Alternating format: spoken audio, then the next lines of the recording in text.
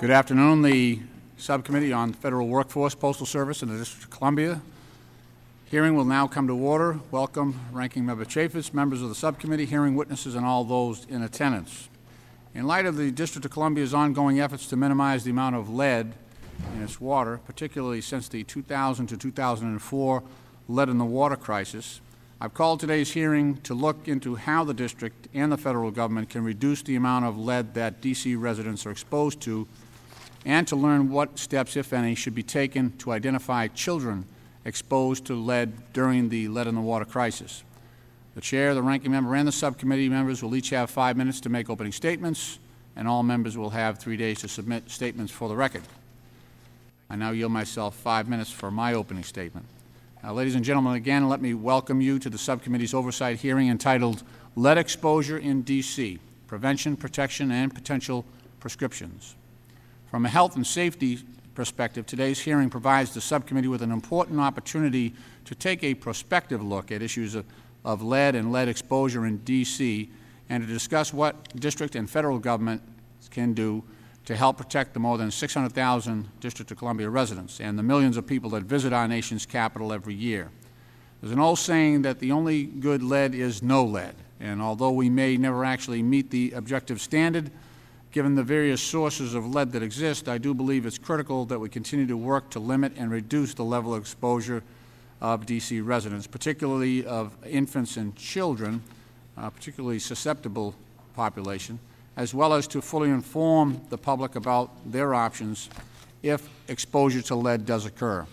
Today's hearing is also intended to look at what steps, if any, should be taken to identify and assist those previously exposed to lead during the district's lead in the water crisis. As many of you are aware, from 2000 to 2004, the D.C. lead in the water crisis threatened the district's drinking water, with an estimated 4,000 District of Columbia homes having lead in their water that exceeded the federal limit of 15 parts per billion. While a host of work has been performed since the early 2000s to limit the district residents' exposure to lead, the seriousness of the previous crisis warrants ongoing oversight and examination, which is why I believe today's hearing is one of the most important proceedings this subcommittee will hold during the 111th Congress.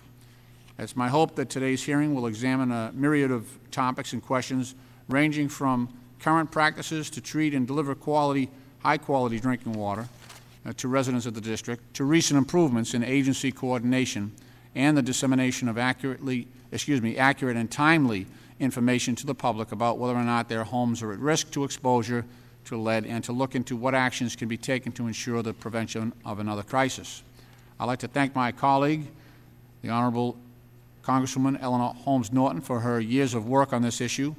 Please know that the subcommittee looks forward to continuing to work with you and others related who are concerned about this problem as we collectively look for ways to prevent, protect, and prescribe possible solutions for those who may have been or are exposed to lead in the District of Columbia. Again, I thank all of those in attendance this afternoon, and I look forward to hearing the testimony of our witnesses. I'd like now to take a moment to introduce the Ranking Member, Mr. Chaffetz, for 5 minutes for his opening statement. Thank you, Mr. Chairman. And I stand by your assertion. You are correct that one of the basic tenets here, one of the basic things we should do is make sure that the water is safe for our children and for the people who are going to consume it from all over the world as they visit the District of Columbia. People expect their drinking water to be safe, abundant, and inexpensive. Sadly, here in the nation's capital, the safety of our drinking water has been an ongoing concern. Now, clearly, there is a major federal role in the quest for safe drinking water in the Washington region. Congress has done extensive oversight and legislation has been enacted. Our goal is to basically make sure that the lead is out. Though not one of the leading tourist attractions in the Washington, D.C. area, the Blue Plains Advanced Wastewater Treatment Plant is the largest such facility in the world. On the banks of the Anacostia, it is a key to having a healthy Potomac River and Chesapeake Bay. I recognize that I'm still a freshman here, but I do understand that not too many years ago there would be pitchers of water with drinking glasses supplied to members and witnesses at congressional hearings. And I noticed that today we have bottles of water on the table. Back then there were boil water alerts in Washington and signs in this very building cautioning people against drinking the water from the water fountains. And yet now, as we pointed out, we have bottled water. And so the Water and Sewer Authority was created as a quasi-regional entity, and as recently as 2008, Congress enacted legislation to preserve its independence. WASA operates Blue Plains. As of April 2009, WASA has a new general manager who's here with us today, and we appreciate you being here. WASA supplies wholesale wastewater treatment for over 2 million local residents and millions of visitors. It has over 500,000 retail, commercial, and federal customers. The Washington Aqueduct, the Pentagon, the Reagan National Airport are all closely linked to WASA. In 2004, the WASA board hired a leading law firm, Covington & Burling, to investigate its management of lead monitoring activities from July 2000 to January 2004 due to elevated lead levels in local water supply. That investigation, interestingly enough, was conducted under the direction of now U.S. Attorney General Eric Holder. Some of our witnesses today have testified before our predecessors in the subcommittee and before the full committee. It's shocking that a congressional investigation recently concluded that Centers for Disease Control and Prevention made, quote, scientifically indefensible, end quote, claims in 2004 relative to the dangers some local residents were exposed to by drinking public water. That's something we'd like to hear about more in this committee and hopefully here today. Mr. Chairman, I thank you again for calling this hearing. Look forward to hearing from our witnesses. Appreciate you all being here and look forward to your testimony and the question and answer afterwards. Yield back the balance of my time. I thank the gentleman. Chair now recognizes the gentlewoman from the District of Columbia, Ms. Eleanor Holmes Norton, who has been a driving force behind this hearing and trying to correct a very difficult situation. Well, thank you very much, Mr. Chairman, and I particularly appreciate you quickly holding a hearing on this important public health issue. The hearing is, I believe, important for its national implications as well because of the effects of lead on children and pregnant women in particular, just as the earlier lead in the water crisis from 2000 to 2004 resulted in national attention on the issue and the introduction of legislation in Congress. This hearing will take a broad prospective look at lead in D.C. to learn not only about reduction of lead exposure in the district, but also what steps, if any, can and should be taken to identify and treat children and adults who were exposed to lead during the district's lead in the water crisis. This crisis became public in 2004 and caused considerable concern in the city. At my request, the Committee on Oversight and Government Reform held hearings on this issue, and a number of other congressional committees did as well. 2 months ago, the lead in the water crisis reemerged in public consciousness when the majority staff of the House Science and Technology Subcommittee on Investigations and Oversight released a critical investigation report making out the case that the Centers for Disease Control and Prevention had misrepresented harm caused to D.C. the lead in the water crisis. This hearing is a follow-up to the S&I subcommittee report. And I think, Mr. Chairman, it is necessary because the emergence, once again, of this issue has caused D.C. residents to be concerned about lead in the water, that old crisis, and what are its implications for today.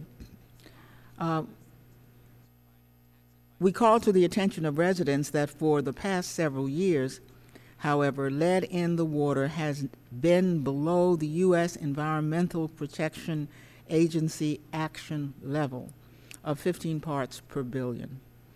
However, the subcommittee report raised questions about whether public officials misled, intentionally or otherwise, and continue to mislead the public about the lead in the water crisis. These questions need clarifications, and the CDC has indicated, too, that mistakes were made. But the more urgent goal of today's hearing, I believe, Mr. Chairman, is to look forward at what we should do about the children and the pregnant women who may have been exposed during the lead in the water crisis, and what steps we can take to ensure that D.C. residents are safe now from lead in the water, lead in paint, and from other sources. The D.C. Water and Sewer Authority, or WASA, first became aware of the high levels of lead in the water in 2002. However, it was only when the Washington Post ran a story in early 2004 that the public became aware of the full scope of the problem. At that time, it was estimated that 4,000 district homes had lead in the water that exceeded the EPA action level of 15 parts per billion, and that the city had 23,000 homes with lead service line. Fear spread through the district. In response to the lead in the water crisis and pursuant to federal law, the district sought to replace all of the approximately 35,000 known utility lead service lines in the District of Columbia by 2016. At congressional hearings in 2004 and 2008, I questioned WASA's response to the lead in the water crisis of proceeding with partial lead pipe replacements. There was no evidence at the time, and to my knowledge, there is no evidence today that such a measure would reduce lead in drinking water. In fact, CDC's own research suggests that partial lead pipe replacements actually may increase the amount of lead in the water. However, WASA spent $100 million on partial pipe replacements in the district. We are very concerned that while WASA has considerably reduced the number of such partial replacements, it continues to perform them. We need to look for new science-based approaches to rebuild confidence in the agencies responsible for preventing lead contamination. Most of our witnesses today are charged with the task of improving public health here in the district and nationally. The subcommittee, I'm sure, will be interested to learn how they are meeting this charge today, particularly as it relates to the reduction of lead exposure here, of what progress has been made, and looking toward the future, what changes are needed. Though the focus of this hearing relates to the specific example of the District of Columbia, its findings, in my judgment, could have far-reaching consequences. The lessons learned from the lead in the water crisis here in the district already have been instructive to health professionals elsewhere. Again, I thank you, Mr. Chairman, for a hearing, I think, important outside of the district as much as it is in the district itself. I thank the gentlelady. It is the committee's policy that all witnesses to testify must be sworn. So may I please ask you to rise and raise your right hand? Do you solemnly swear that the testimony you're about to give to this subcommittee is the truth, the whole truth, and nothing but the truth? Okay, let the record show that all of the witnesses have answered in the affirmative. What I'd like to do is begin by offering a brief introduction of each of our witnesses on this panel, and then we'll, we'll invite the witnesses each to offer a brief opening statement as well. On panel one, I'd like to begin by introducing Ms. Ilana Arias. Am I pronouncing that correct?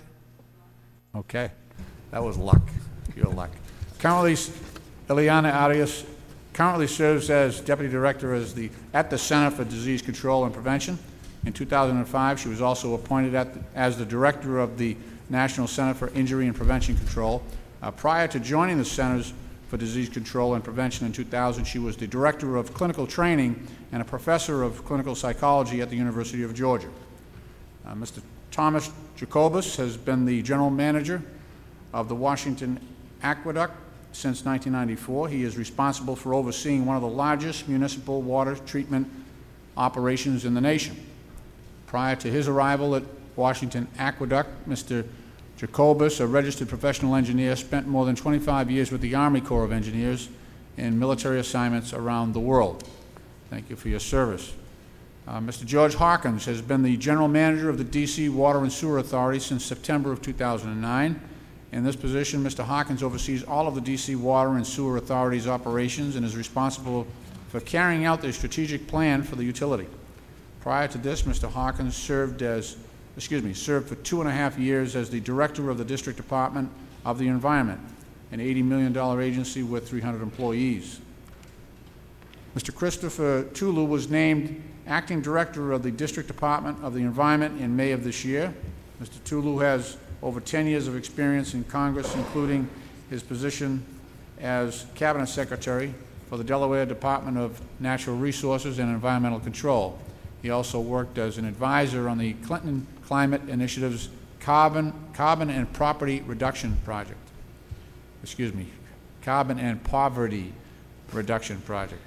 Dr. Ellen Silbergeld is currently a professor and editor-in-chief of environmental research at the Johns Hopkins Bloomberg School of Public Health. She received her PhD from Johns Hopkins in Geography and Environmental Engineering and a postdoctoral fellowship in environmental health sciences. She has served as a scientific advisor to the Center for Disease Control, Environmental Protection Agency, Department of Energy, Occupational Safety and Health Administration, and the World Bank. Welcome. Ms. Arias, you're welcome to offer an opening statement for 5 minutes. Let me just explain that that small box in front of you will flash green while your time is active. It'll flash yellow when you should begin to wrap up, and then obviously it'll show red when your time has expired. But welcome, and please, you're welcome to offer your opening statement. Thank you. Thank you, Mr. Chairman, and thank you to the subcommittee for inviting me to testify today on what we consider an incredibly important issue for D.C. and for the country as a whole. I'm Dr. Ilana Arias, the Principal Deputy Director of the Centers for Disease Control and the Agency for Toxic Substances and Disease Registry, has been mentioned. In that role, I'm primarily responsible for advising the Director, Dr. Thomas Reeden, on all scientific and programmatic activities at CDC and the ATSDR. We're here to talk today about lead. Lead is an incredibly dangerous substance. It leads to, unfortunately, a number of neurobehavioral effects, and young children are particularly susceptible to the effects of exposure to lead.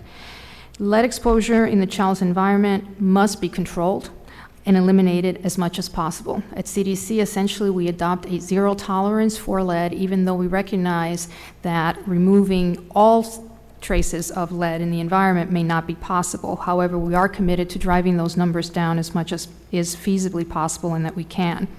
For nearly 3 decades, CDC has spearheaded an effective national lead prevention campaign. When we began about 30 years ago, 88% of American children tested had blood levels above 10 micrograms per deciliter. Today, we are testing children and showing that less than 1% have those high levels of lead in their system. The changes that have taken place in the 30 years essentially constitute one of the greatest public health success stories in the United States. CDC has worked tirelessly in order to accomplish this, and we haven't done it alone. We've partnered with other agencies who are equally committed to making a significant difference, such as the EPA, HUD, state and local health departments, and others. CDC recognizes the potential to eliminate childhood lead exposure, and although we have made significant strides, we are not giving up in trying to make even greater differences. Lead is a common but dangerous substance, and exposures can occur in many different ways, as already has been mentioned. Paint, dust, soil, toys. We even know now some imported candies, unfortunately, have traces of lead. We've been successful in the past in fighting it. Important pervasive sources of lead, like leaded gasoline, have been eliminated. Eliminating childhood lead exposure will require, however, targeting the most at risk, and unfortunately, that means the hardest to reach populations. We need to remain vigilant for current sources and identify new sources of lead and make sure that we address those exposures appropriately.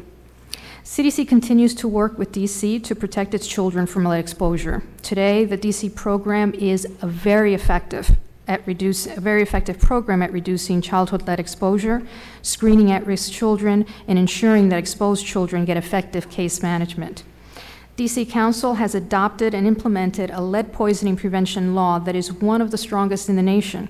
It requires universal screening of all 1- and 2-year-olds in DC who are at highest risk for the negative effects of lead exposure. It also requires screening once prior to the age of 6 years, and also screening of children prior to daycare and school enrollment. The DC lead program continues to address compliance and enforcement. DC drinking water has been in compliance with EPA's Safe Drinking Water Act standards for lead since 2006. CDC works with DC to reduce the number of DC children exposed to lead and to ensure that children who have been exposed receive appropriate case management. Children who test positive are enrolled in case management, which includes actions such as clinical follow-up, that includes medical assessment of neurodevelopment, chelation for excessive levels of blood lead, referrals for childhood development educational services. It also includes environmental follow-up, including assessment of potential sources of lead exposure and enforcement of lead hazard mitigation in homes and in the environment of the children. It also involves parent and guardian education in the form of home visitation programs to not only educate parents and caregivers, but also to address the hazards, to assess and mitigate hazards in the home and the households where children and other at-risk populations live. Enriched educational services and intellectual development programs in the DC public schools also have been incredibly helpful in responding to children who have been exposed and characterized by high levels of lead in their systems. Moving forward, our focus must be on how best to protect children from lead poisoning. The CDC Director, Dr. Tom Frieden, and I have met with DC leaders already, and I'm testifying today to underscore our intention and commitment to eliminate lead poisoning in children. In DC, we are working very closely with the lead program. We're also engaging in a number of broad national activities to improve our knowledge of the state of affairs and our ability to respond very quickly to make a difference. Thank you. Thank you. Mr. Jacobus, you're now recognized for 5 minutes for an opening statement. Thank you. Mr. Chairman and members of the subcommittee, I am Tom Jacobus, General Manager of Washington Aqueduct. Thank you for inviting me to testify today concerning strategies for reducing lead exposure via drinking water. Washington Aqueduct is committed to ensuring that we produce safe, high-quality drinking water for our customers. Every action we take as an organization is focused on achieving this. We have an exceptional record of producing and delivering safe, reliable, and cost-effective water service for our customers. Washington Aqueduct is regulated by EPA Region 3, and even though we are federal in nature, we operate like every other regulated water utility. The elevated levels of lead in drinking water in some homes in the District of Columbia that were reported in the media in January 2004 were caused by a treatment change we made in November 2000. That change was made to be more protective of chronic exposure to disinfection byproducts, while at the same time keeping the water free from harmful bacteria. However, it resulted in unforeseen changes to the corrosion control measures being used. As a result, the water in contact with the lead service lines was too reactive, and the lead was leached from those lines. A technical solution to restore effective corrosion control was researched and tested, and then applied to the treatment process and delivered to the entire distribution system in August 2004. By adding orthophosphate as the corrosion inhibitor, lead levels measured at the tap in accordance with the Safe Drinking Water Act's lead and copper rule began dropping as predicted. The use of a chemical additive as a corrosion inhibitor in the Washington Aqueduct treatment process will continue indefinitely. Lead gets into the drinking water after the water has been produced at the treatment plants.